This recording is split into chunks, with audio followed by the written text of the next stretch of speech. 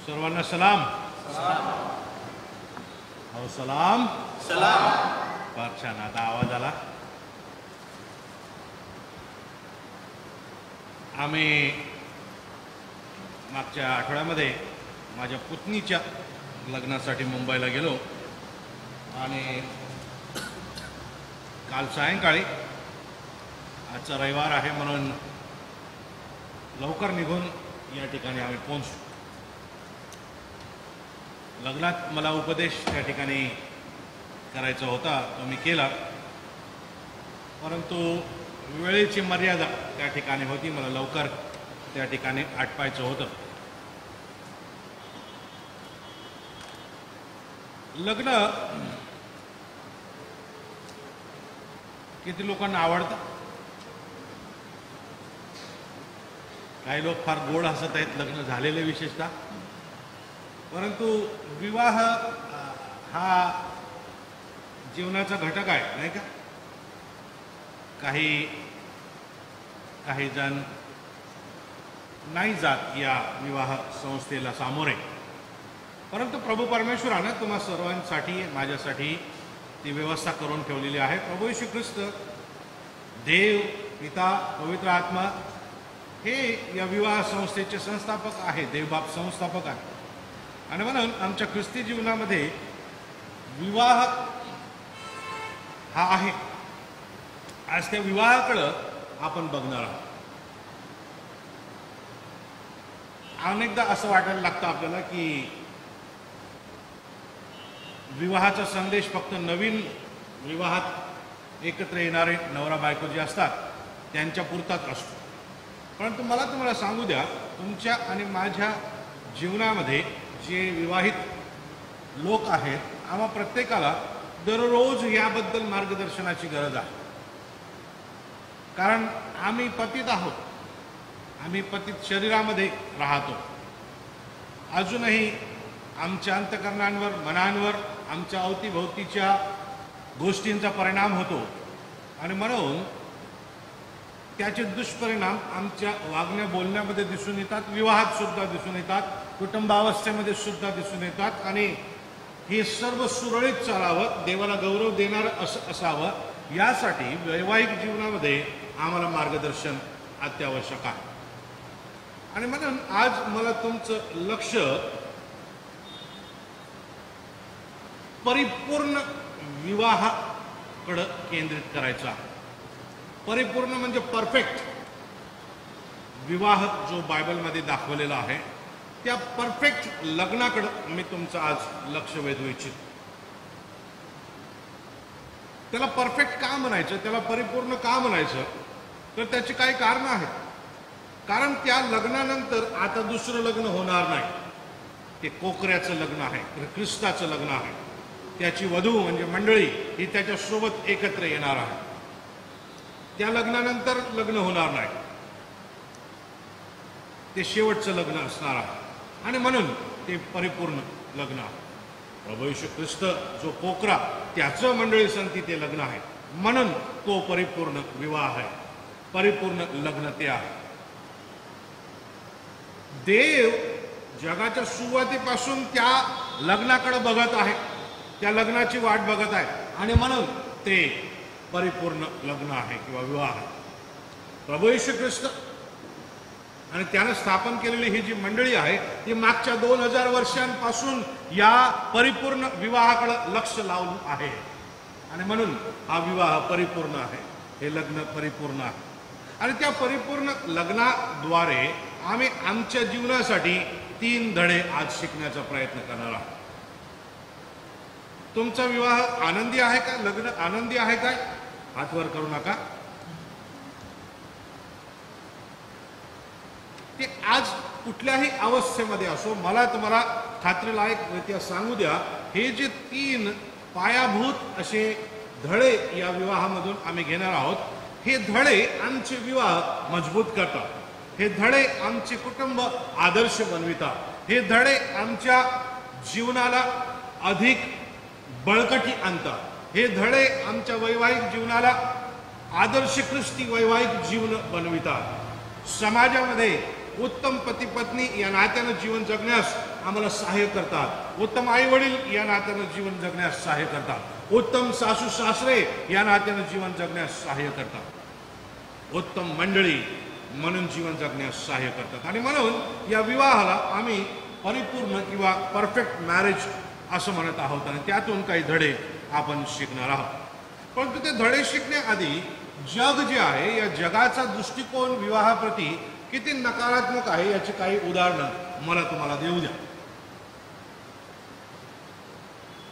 विशाल मंगलवादी हे लेखक आहेत आणि त्यांनी काही दिवसांपूर्वी फेसबुकवरती एक नोट टाकले, एक कॉमेंट टाकले आणि ते म्हटले की आजचं कल्चर हे विवाहाविरुद्ध आहे. आमच्या अवतीभोवती जी संस्कृती आहे ती संस्कृती आजारी आहे, आजार जडलेला आहे आणि ती संस्कृती विवाहातला सामोरं जाण्यास तयार नाही. आमच्या अवतीभोवतीची संस्कृती लेकरं जन्मी घालून त्यांना वाढविण्यास त्यांना लाज वाटते, त्याची त्यांना भीती वाटत आहे. लग्न म्हणजे तिटकारा, लग्न म्हणजे नको ती कटकट, लग्न म्हणजे नको त्या जबाबदारी, अशा दृष्टिकोनातून लग्नाकडं जग बघायला लागलेलं आहे. जन्माला आले, हजामजा करा, एन्जॉय करा, पाहिजे ते पापमय जीवन जगा, लेकरं जन्मी घालण्याची गरज नाही, जबाबदारी घेण्याची गरज नाही, पती आणि पत्नी म्हणून एक दुसऱ्याला जडून राहण्याची गरज नाही, आपली मनमानी करा, आपले शौक पूर्ण करा, अशा प्रवृत्तीनं जग भरलेलं आहे आणि भरत चाललेलं आहे. आपल्या भारतात अजून तशी परिस्थिती आलेली नाही, परंतु जगामध्ये इतरत्र शहरांमध्ये जर तुम्ही गेलात तर अशा प्रकारची प्रवृत्ती निर्माण झालेली आहे असं आम्हाला दिसून येईल. नकारात्मक दृष्टिकोन विवाहाप्रती निर्माण झालेला आहे. देवाने ही संस्था प्रस्थापित केली, देवानं बघितलं की मनुष्य एकटा असावा हे बरं नाही, देवानं विचार केला की याला स्त्री असावी, देवानं त्याला झोप आणली, त्याची पासळी काढली, तिची स्त्री बनवली, आदामाकडे नेली आणि आदामाला म्हटलं की हे आता तुझ्या आयुष्यभराचं पारितोषिक स्त्री त्याला दिली. देव स्वतः या विवाह संस्थेचा संस्थापक आहे आणि म्हणून याकडे नकारात्मक रित्या बघण्याची गरज नाही. जे विवाहाबद्दलचे जोक्स असतात, गमती असतात, त्या सुद्धा अतिशय नकारात्मक संदेश देणारे असतात.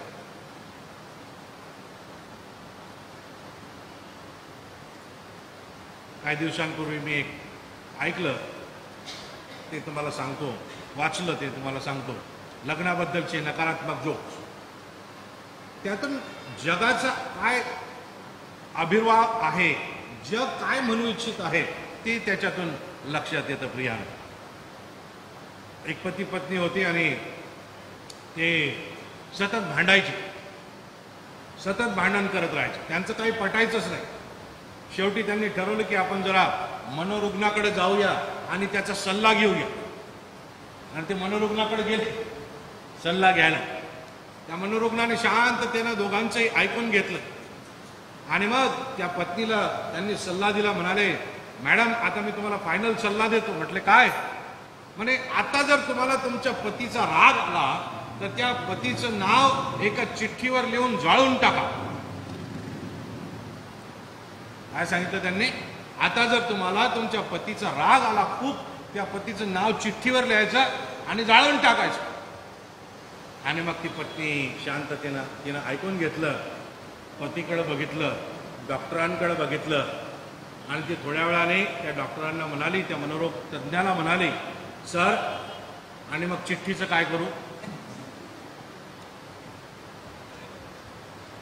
म्हणजे ती पतीला जाळायला निघाली. नकारात्मक दृष्टिकोन विवाहाबद्दल जगामध्ये आहे. नको हा पार्टनर असं म्हणून लोक जीवन जगायला लागले आहेत. परंतु तसं करण्याची गरज नाही. तुम्हाला आणि मला मार्गदर्शन उपलब्ध आहे. तर हे जे 3 सकारात्मक धडे ख्रिस्तीत्वासाठी अतिशय पायाभूत असल्या प्रकारचे हे धडे आहेत आणि म्हणून त्याच्याकडे आपण लक्ष देऊ. आता तरुण लोक म्हणत असतील हे सगळं लग्न झालेल्या लोकांसाठी आहे. नाही नाही, तुमच्यासाठी पण आहे. तुमचे पण लग्न होतील, होणार आहेत की नाही? हॅलो, अरे खाली मान का घालता? माझ्याकडे बघून बोला. तरुणांना तुम्ही लग्न करणार आहे की नाही? हो, तुमच्यासाठी सुद्धा हे आहे. विनय, विचार आहे की नाही? आहे गोड हसला विना बार प्रतीक आणि प्रज्वल सुद्धा गोड हसतायत ते आहे, विचार आहे त्यांचा, देवाची स्तुती असो बार. तर हे तुमच्यासाठी सुद्धा आहे, म्हणून माझ्याकडं लक्ष द्या. पहिला धडा जो आम्ही शिकतो तो 7व्या वचनामध्ये त्याच्याबद्दल आम्हाला मार्गदर्शन दिलेलं आहे. काय म्हटलेलं आहे 7वं वचन बघा, आपण आनंद व उल्हास करू व त्याचा गौरव करू, कारण कोकऱ्याचे लग्न निघाले आहे आणि त्याच्या नवरीने स्वतःला सजवले आहे. त्याच्या नवरीने स्वतःला सजवले आहे. हा जो शब्द या ठिकाणी आहे सजवले आहे, मूळ भाषांतरातून आपण जर त्याचं नीट रीतीनं अर्थ बघायचा प्रयत्न केला तर त्या ठिकाणी शब्द प्रयोग असा असायला पाहिजे, नवरीने स्वतःला तयार केले आहे.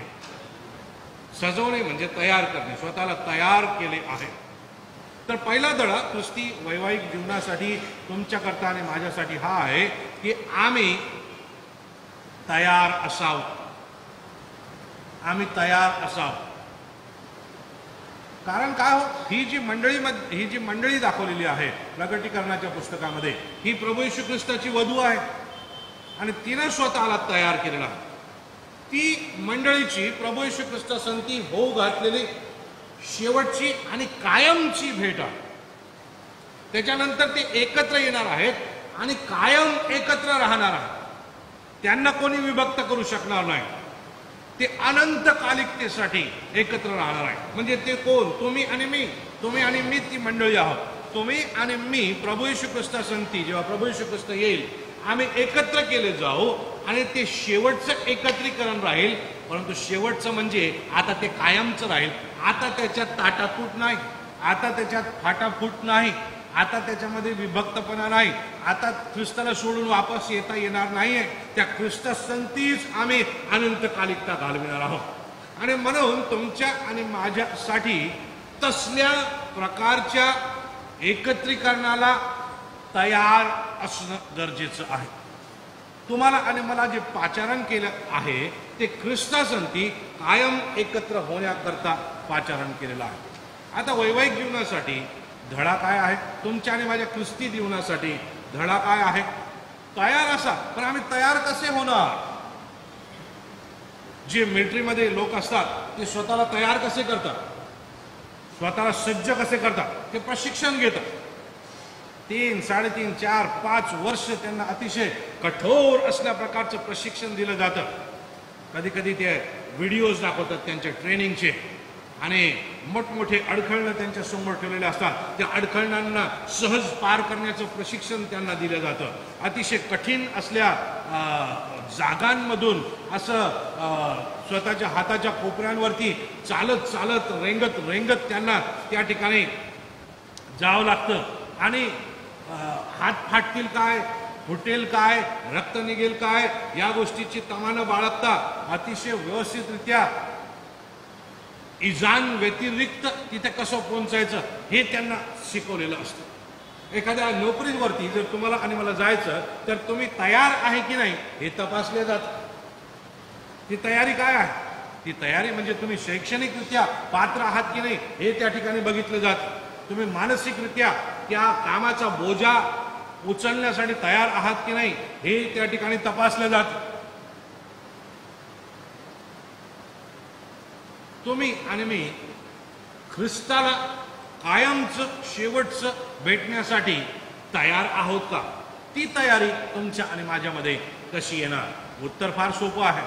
त्या शेवटच्या भेटी आधी आम्ही कधीतरी येशूला भेटलेलो असलो पाहिजे. त्या शेवटच्या भेटी आधी आम्ही कधीतरी येशूला भेटलेलो असलो पाहिजे. त्या भेटीशिवाय आम्ही त्या शेवटच्या भेटीकरता तयार होऊ शकत नाही. ही त्या शेवटच्या भेटीच्या आधीची भेट म्हणजे काय? ती भेट म्हणजे प्रभू येशू ख्रिस्ताला भेटल्यानंतर आम्हाला स्वतःचं स्वरूप प्रभू येशू ख्रिस्त दाखवून देतो.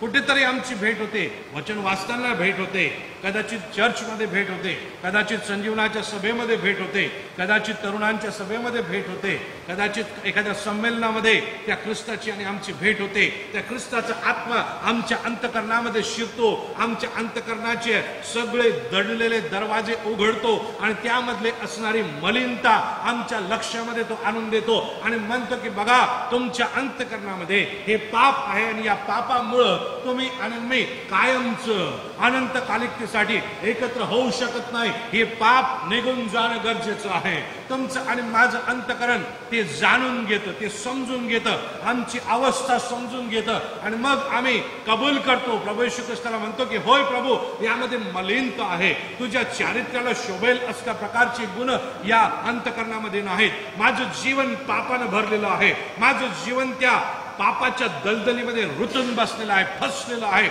मला मोकळं कर, मी कबूल करतो माझ्या जीवनामध्ये हे अपराध आहेत, हे तुझ्या विरुद्ध वागण्याची वृत्ती आहे, तुझ्या विरुद्ध मी जगत आहे, मला क्षमा कर प्रभू, मी कबूल करतो, मला क्षमा कर. आणि प्रभू येशू ख्रिस्त तुमची आणि माझी भेट घेऊन तुम्हाला आणि मला त्याच्या रक्तानं शुद्ध करतो. आम्ही मागतो, आम्ही पापांची क्षमा मागतो, आम्ही देवाला विनंती करतो, याचना करतो आणि म्हणतो देवा मला क्षमा, मला क्षमा कर, मला क्षमा कर.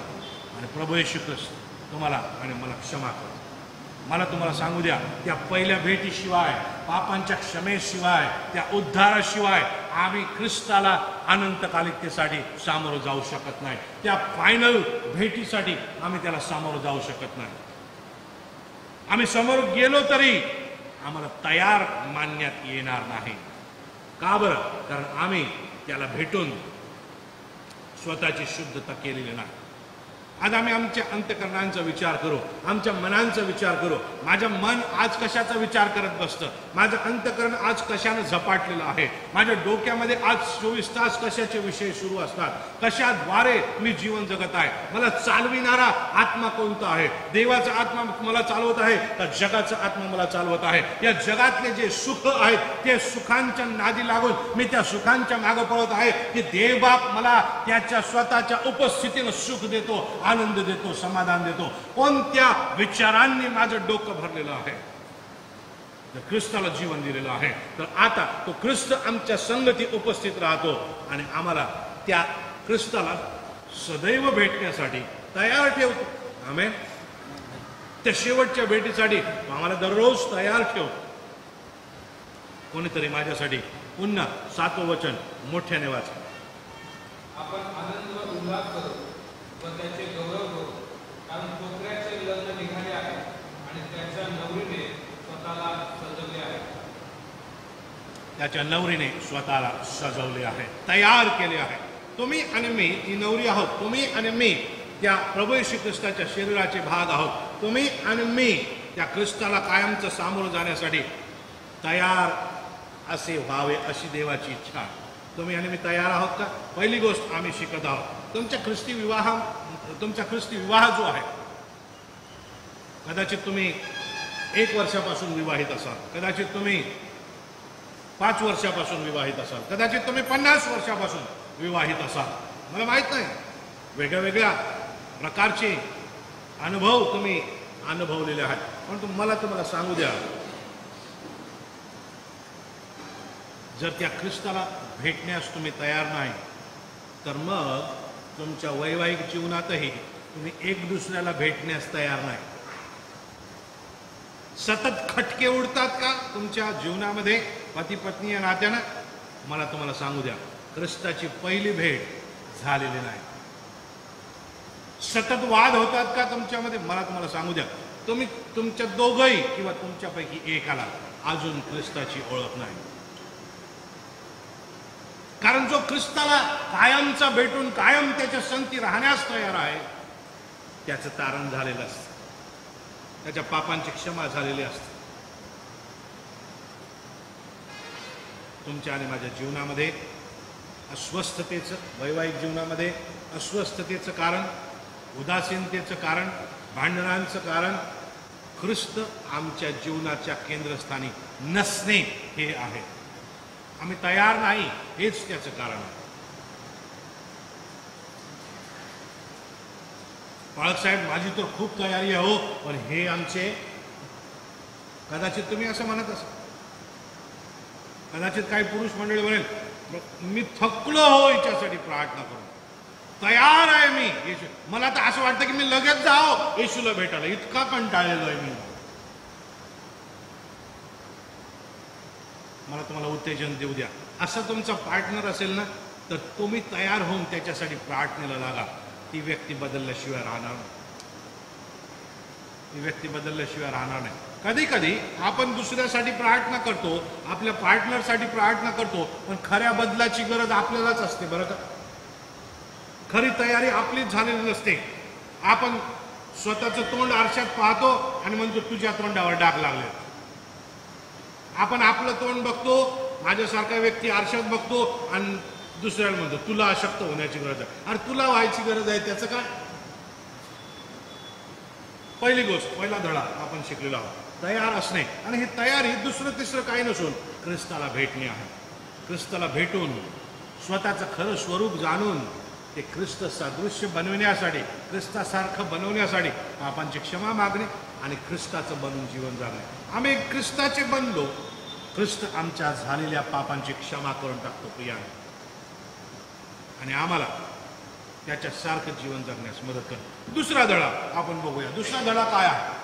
आनंदी ख्रिस्ती वैवाहिक जीवन पाहिजे आहे का? दुसरा धडा आमच्यासाठी महत्वाचा आहे. वचन 8 काय म्हणतं त्याच्याकडे आपण बघूया. नवरीबद्दल बोललं जात आहे. पहिली गोष्ट, नवरीने काय केलंय? तिनं स्वतःला तयार केलं. दुसरी गोष्ट, 8वं वचन असं म्हणतं, तिला तेजस्वी व शुद्ध असे तागाचे तलम वस्त्र नेसायला दिले आहे. तिला तेजस्वी व शुद्ध असे तागाचे तलम वस्त्र नेसायला दिले आहे. म्हणजे तिचा जो पेहराव आहे त्या पेहरावामध्ये शुद्धता आहे असं म्हटलं, पवित्रता आहे असं म्हटलं आहे.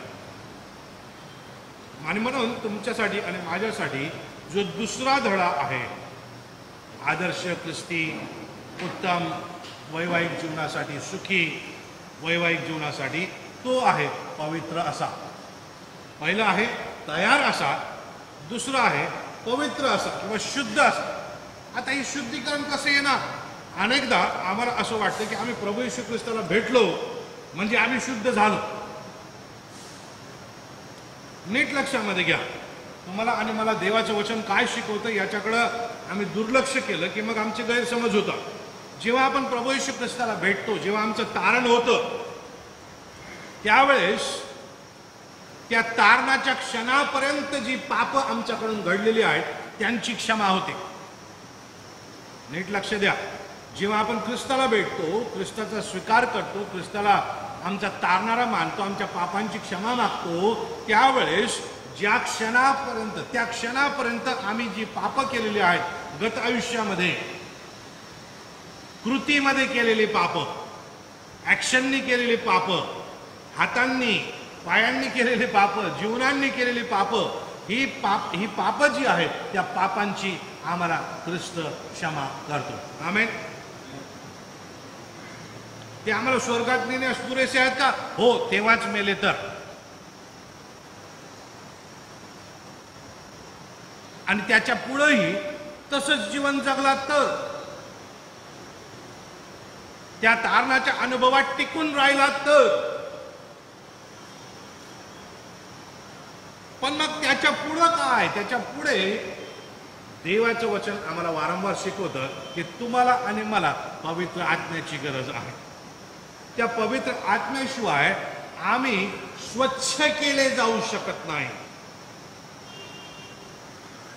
क्षमा केलेली आहे परंतु स्वच्छता गरजेची आहे. आता स्वच्छता म्हणजे काय जरा पवित्र शास्त्राच्या भाषेत नीट रीतीने समजून घेऊ. झाडं कापलेली बघितली का तुम्ही? रेव्हरंड विद्यासागर गायकवाड नेहमी याचं उदाहरण देतात. ते सांगतात की एखादं झाड आपण कापतो, ठीक आहे, समजा हे झाड आहे आणि हे कापून टाकलं इथून. आता हे वरचं काय दिसत नाही, हे तुटलं, सगळं निघून गेलं, परंतु त्याची मुळं अजून जमिनीमध्ये असतात. आणि या मुळांना पाणी भेटलं की मग या वरती जमीनदोस्त केलेल्या खोडामधून पुन्हा फांद्या निघायला लागतात छोट्या छोट्या. बघितलंय तुम्ही? तुमच्या आणि माझ्या जीवनाचं तसंच आहे. तुमच्या आणि माझ्या पापांची जरी प्रभू येशू ख्रिस्तामध्ये क्षमा होते, तरी प्रभू येशू ख्रिस्ताला क्षमा केल्यानंतर सुद्धा हे पापाचं मूळ, ज्याला आपण मूळ पाप म्हणतो, आदामापासून जो पापाचा स्वभाव आमच्यामध्ये आहे, तो स्वभाव आमच्यामध्ये अजूनही असतो. त्या पाप करण्याची वृत्ती अजूनही आमच्यामध्ये असते, कारण ते मुळं अजूनही आमच्यामध्ये आहे. आणि पवित्र आत्मा येऊन या मुळांना उपटून फेकून देतो. त्याला म्हणतो आम्ही स्वच्छता, त्याला म्हणतो आम्ही शुद्धता, त्याला म्हणतो आम्ही पवित्रता. देवाचा आत्मा येऊन आमच्या अंतःकरणात खात्री करून देतो की अरे, तू तारण तर पावलास, पण अजूनही हे मूळ फोफावत आहे, अजूनही हे पापाचं मूळ तुझ्या जीवनात कार्य करत आहे. हे काढून टाकण्याची गरज आहे. अजून 100% तू मला धरून नाहीस, तुझा ताबा मला 100% तू दिलेला नाही. पवित्र आत्मा येतो आणि आमच्या अंतःकरणाची खात्री करून देतो. जेव्हा आम्ही त्याला म्हणतो की देवा, मला या पापाच्या मुळापासून मुक्त कर, देवबाप आमच्यातून ते मूळ काढून फेकून देण्यास समर्थ आहे. आमेन. त्याला म्हणतात स्वच्छता, त्याला म्हणतात शुद्धता. तुमच्या आणि माझ्या अंतःकरणातील मूळ पापाला उपटून फेकून देण्याचं काम पवित्र आत्मा करतो. म्हणून प्रभू येशू ख्रिस्त शिष्यांना म्हणाला की तुम्ही यरुशलेमेतच राहा, प्रार्थना करत राहा, मी माझा पवित्र आत्मा तुमच्याकडे पाठवेन. जेव्हा पवित्र आत्मा त्यांच्यावरती आला, तेव्हा ते सामर्थ्यानं भरले. आमेन.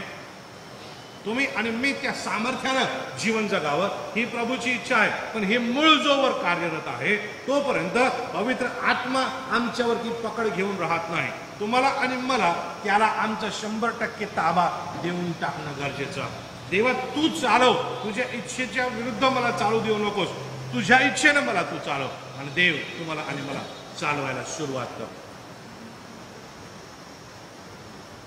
प्रश्न आपण स्वतःला विचारूया, आम्हाला कोण चालवतो? आम्हाला पैसा चालवतो? मूळ अजून आहे. आपण स्वतःला प्रश्न विचारू, आम्हाला कोण चालवतं? आमचा राग चालवतो? मूळ अजून आहे.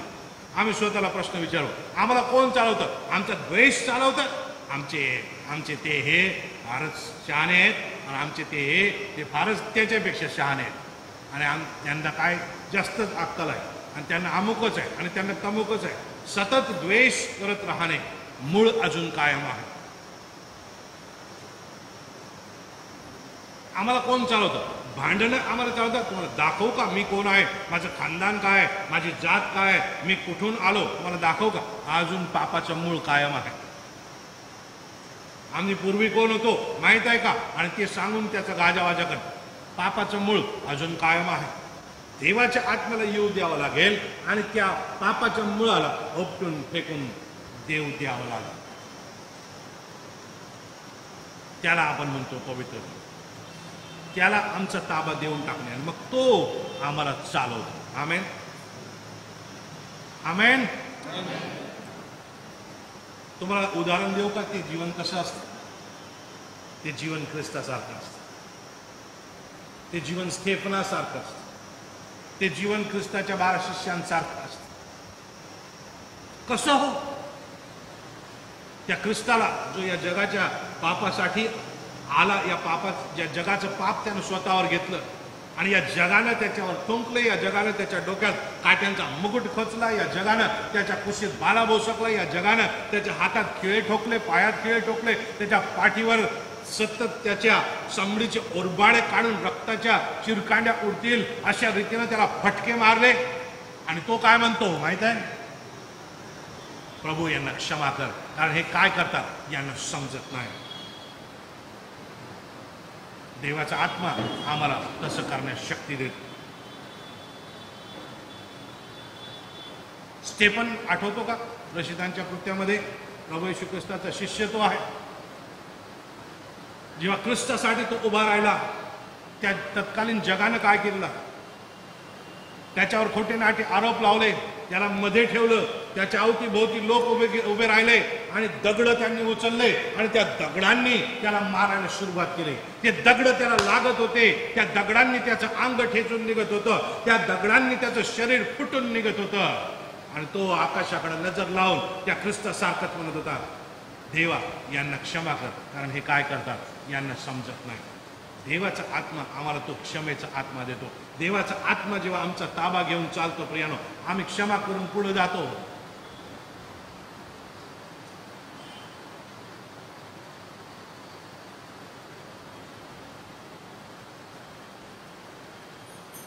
त्याला आपला ताबा देऊया, त्याला आपलं जीवन देऊया, त्याला आपलं अंतःकरण देऊया आणि तो आम्हाला चालवेल.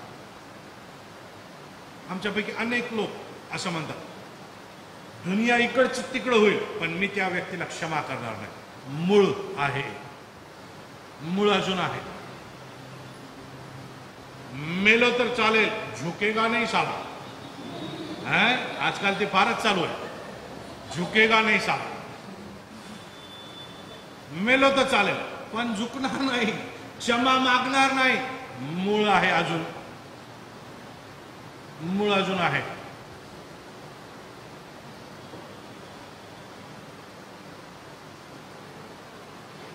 आनंदी वैवाहिक जीवन जगायचं आहे का?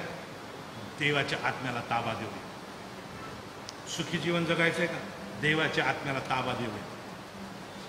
वाढायचं आहे का? देवाच्या आत्म्याला ताबा देऊया आणि देव आम्हाला चालू.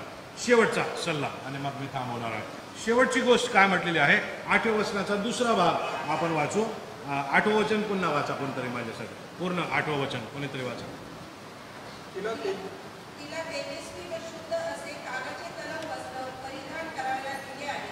ते तागाचे तलम वस्त्र पवित्र जनाची नीतिकृत्य आहे. आता बघा या ठिकाणी तिसरा भाग जो आहे त्यात काय म्हटलेलं आहे बघा. सगळं वधूबद्दलच सांगितलेलं आहे. वधूने स्वतःला तयार केलेलं आहे, वधूने शुद्ध वस्त्र नेसलेले आहेत आणि तिसरी गोष्ट सांगितलेली आहे की त्या वधूची ते शुद्ध वस्त्र जे आहे, तेजस्वी शुद्ध तागाचे तलम वस्त्र जे आहेत ते म्हणजे काय, तर ते वस्त्र म्हणजे पवित्र जनांची नीतिकृत्ये आहेत. पवित्र जनांची नीतिकृत्ये, त्याला इंग्लिशमध्ये रायचस ऍक्ट्स म्हटलेलं आहे. धार्मिकतेची कृत्ये, नीतिमत्वाची कृत्य.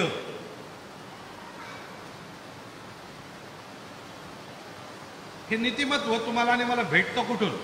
ही धार्मिकता तुम्हाला आणि मला भेटते कुठून? प्रभू येशू ख्रिस्ताचं आम्ही स्वीकार जेव्हा करतो तेव्हा ही प्रभू येशू ख्रिस्ताच्या ठायी असणारी नीतिमत्ता जी आहे, प्रभू येशू ख्रिस्ताच्या ठायी असणारं धार्मिकपण जे आहे ते तुम्हाला आणि मला देव केलं जातं. ते लादल्या जात नाही आमच्यावरती, ते देव केलेलं आहे.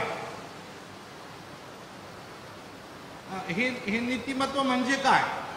त्याचे शब्दशः जेव्हा मी अर्थ बघायचा प्रयत्न केला तर त्याचा अर्थ आहे की व्यक्ती देवाच्या नजरेत जशी असायला पाहिजे तशी करणे. हॅलो, लक्षात येत आहे? तुम्ही आणि मी देवाच्या नजरेमध्ये जसे असायला पाहिजे तशा अवस्थेत आणल्या जाणे, तशा अवस्थेत आम्हाला तयार केलं जाणे, तसं असण्यासाठी आम्हाला तयार केलं जाणे. तुम्हाला माहिती आहे माझ्या संती, तुम्ही कृपया 2 तिमोथेयाचा 3रा अध्याय आणि 16 वचन काय म्हणतं त्याच्याकडे आपण लक्ष देऊया. 2 तिमोथी याचा 3रा अध्याय आणि 16 वचन काय म्हणतं त्याच्याकडे आपण बघूया. कोणाला सापडलं असेल तर वाचा किंवा मी तुमच्यासाठी वाचतो. पवित्र शास्त्र काय करतं हे सांगितलेलं आहे. 4 गोष्टी करतं. प्रत्येक ईश्वर प्रेरित शास्त्रने सद्बोध, दोष दाखवणे, सुधारणूक आणि नीती शिक्षण ह्याकरिता उपयोगी आहे. नीती शिक्षण, नीतिमत्व, हॅलो, नीतिमान असण्यासाठी म्हणजे देवाला तुम्ही आणि मी जसे असावे अशी त्याची इच्छा आहे तसं बनण्याकरता देवाचं वचन शिक्षण देतं. याला इंग्लिशमध्ये असं म्हटलेलं आहे ट्रेनिंग इन रायचसनेस. धार्मिकतेचं ट्रेनिंग, प्रशिक्षण देवाचं वचन तुम्हाला आणि मला देतं.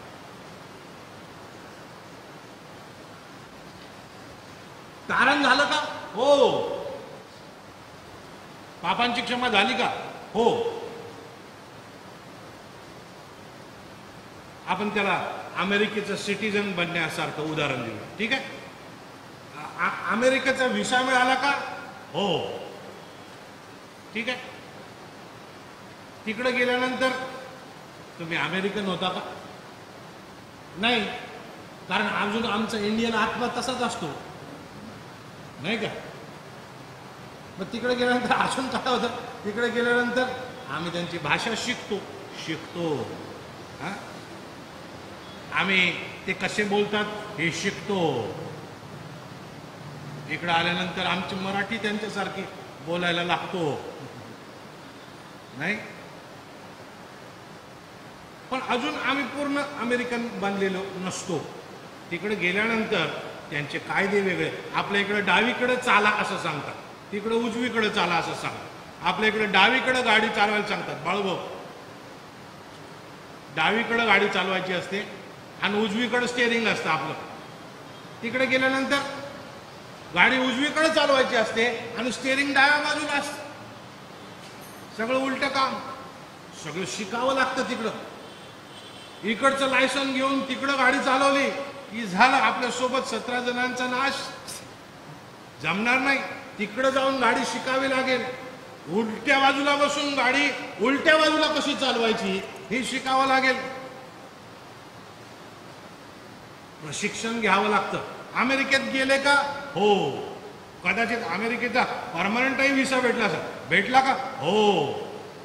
गाडी कुठं चालवायची अजून माहीत नाही आणि म्हणून त्याच्यासाठी मग प्रशिक्षण घ्यावं लागतं. तसंच तुमच्या आणि माझ्या जीवनाचं आहे. पापांची क्षमा झाली का? हो. परंतु पापांची क्षमा झालेली व्यक्ती कशी जीवन जगते याच्यासाठी आम्हाला प्रशिक्षणाची गरज आहे. पवित्र आत्म्याने भरलेली व्यक्ती कसं जीवन जगते, ताबा देऊन टाकला का 100% देवाच्या आत्म्याला? हो. पण अरे पुढचं जीवन आता त्याचं कसं ऐकून जगायचं याच्यासाठी प्रशिक्षण गरजेचं आहे आणि ते प्रशिक्षण तुम्हाला आणि मला वचनाद्वारे भेटणार. तिसरी गोष्ट मी जी तुम्हाला सांगत आहे ती आहे आम्ही नीतिमान असावं. पहिली गोष्ट आम्ही तयार असावं. दुसरी गोष्ट आम्ही पवित्र असावं. तिसरी गोष्ट आम्ही नीतिमान असावं. पण नीतिमत्व काय? असं बसकन तुमच्या डोक्यात USB ड्राईव्ह लावली, इकडं पेन ड्राईव्ह लावली आणि झालं. नीतिमत्व इकडून इकडं ट्रान्सफर करण्यात आलं. तुमची इच्छा असो का नसो तुमच्यात लादून देण्यात आलं. नाही, तसं ते नाही. जेव्हा आपण मोबाईल फोन घेतो त्याच्यामध्ये अनेक जे ॲप आहेत ते आधीच इन्स्टॉल केलेले असतात, नाही का? खूप सारे ॲप ते आम्ही कधीच उघडत नाही, ते तिथं ॲप इन्स्टॉल केलेले असतात. तसं जबरदस्ती आम्हाला हे नीतिमत्व आमच्यात काही लादण्यात येत नाही. ते शिकावं लागेल, ते आत्मसात करावं लागेल, ते स्वीकारावं लागेल. ते देव केलेलं आहे. ख्रिस्ताचं ही धार्मिकता, ख्रिस्ताचं हे नीतिमत्व तुम्हाला आणि मला देव केलेलं आहे. ते शिकून प्रशिक्षित होऊन आम्हाला प्राप्त करावं लागणार आहे, आत्मसात करावं लागणार. आमेन. कोण देतं प्रशिक्षण? देवाचं वचन. कोण देतं प्रशिक्षण? देवाचं वचन. आम्ही वाचतो का देवाचं वचन? मग रोज वाचतो बाळकसाहेब. कुठं वाचता? ते कधी कधी लोकांनी काय केलेलं आहे बघा, आता जग फार व्यस्त होत चाललेलं आहे. त्यांनी ते वचनं लिहिलेले कॅलेंडर असतात, रोजचं एक वचन ते तिकडं दाराच्या मागे लावलेलं असतं. बाहेर निघायचं जे दार असतंय त्या बाहेर निघायच्या दाराला मागून लावलेलं असतंय. म्हणजे ते दार उघडता ते वचन दिसतंय. वाचायचं, तुळशीचं दर्शन घेतल्यासारखं आणि मग दिवसभर होली फेल करायचं. तसं जमत नाही. तशी धार्मिकता येणार नाही. तशा वाचनानं प्रशिक्षण भेटणार नाहीये. तसं वाचलं म्हणजे पूर्तता केली वाचनाची, एवढंच झालं, त्याच्या पुढं काय झालं नाही. पण ते वचन काय म्हणतं, कोणत्या संदर्भात बोलत आहे, कशासाठी बोलत आहे, माझ्या जीवनाला त्याचं लागूकरण काय आहे, त्याचा खरा अर्थ काय आहे, माझ्या जीवनात त्याचं लागूकरण करून मी कसा अधिक चांगला ख्रिस्तासारखा व्यक्ती बनून जीवन जगू शकतो. हे नुसतं असं भरभूर वाचण्याने प्राप्त होणार नाही. त्याचं मनन करावं लागेल, त्याच्यावरती विचार करावा लागेल. त्यानुसार आमच्या जीवनामध्ये आवश्यक त्या गोष्टींचे बदल करावे लागतील. मग आम्हाला ती धार्मिकता कशी जगायची हे समजेल.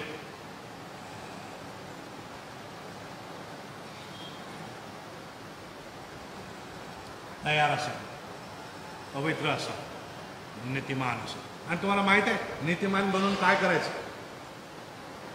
या वचनात 17व्या वचनात पुढे सांगितलं आहे, कशासाठी आम्हाला सद्बोध देवाचं वचन करतं, कशासाठी आमचे दोष देवाचं वचन दाखवतं, कशासाठी आमच्या सुधारणूक देवाचं वचन आणतं, कशासाठी तुम्हाला आणि मला नीतिमान करतं. 17 वचन काय म्हटलेलं आहे बघा, ह्यासाठी की देवाचा भक्त पूर्ण होऊन प्रत्येक प्रत्येक चांगल्या कामासाठी सज्ज व्हावं. तुम्ही आणि मी पूर्ण व्हावे.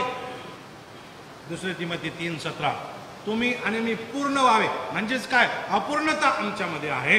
देवाच्या वचनाशिवाय, त्याच्या पवित्र आत्म्याशिवाय, त्याच्या ख्रिस्ताशिवाय ती पूर्णता, ती परिपूर्णता तुमच्या आणि माझ्यामध्ये येणार नाही. आम्ही पूर्ण व्हावे, परिपूर्ण व्हावे आणि मग प्रत्येक चांगल्या कामासाठी आम्ही सज्ज असतो. तुमच्या आणि माझ्याकडून चांगली कामं अपेक्षित आहे. तुमच्या आणि माझ्याकडून सज्जता अपेक्षित आहे. तुमच्या आणि माझ्याकडून तयारी अपेक्षित आहे. देवबाप करो तुम्हाला आणि मला तयार करो. देवबाप करो तुम्हाला आणि मला पवित्र करो. देवबाप करो तुम्हाला आणि मला नीतिमान बनवो. आपण आपले डोळे बंद करू, माना खाली लावू, स्वतःला प्रश्न विचारू की मी या सांगितलेल्या गोष्टींच्या प्रकाशामध्ये कुठे आहे. मी या सांगितलेल्या 3 बाबींच्या प्रकाशामध्ये कुठं माझं जीवन आहे, कशा रीतीनं माझं जीवन मी जगत आहे. जर प्रभू आम्हाला दाखवून देतो की नाही, अजून पापांच्या क्षमेची गरज तुला आहे, आपण क्षमा मागूया. कदाचित देवाचा आत्मा दाखवून देईल अरे पापांची क्षमा झालेली आहे, परंतु तुझ्यामध्ये ते पापाचं मूळ अजून कार्यरत आहे, ते उपटून फेकून देण्याची गरज आहे. देवाच्या आत्म्याला म्हणा, देवा तुला समर्पित होतो, माझा स्वीकार कर, उपटून फेक माझ्यामधील त्या पापाचा स्वभाव, जेणेकरून तुलाच 100% ताबा माझ्या जीवनामध्ये असेल. कदाचित देवाचं वचन म्हणत असेल तुला अधिक माझ्या वचनात रममान होण्याची गरज आहे, अधिक वाढण्याची गरज आहे. आपण प्रभूला म्हणतो, प्रभू मला सहाय्य कर, मदत कर. आणि प्रभू केल्याशिवाय राहणार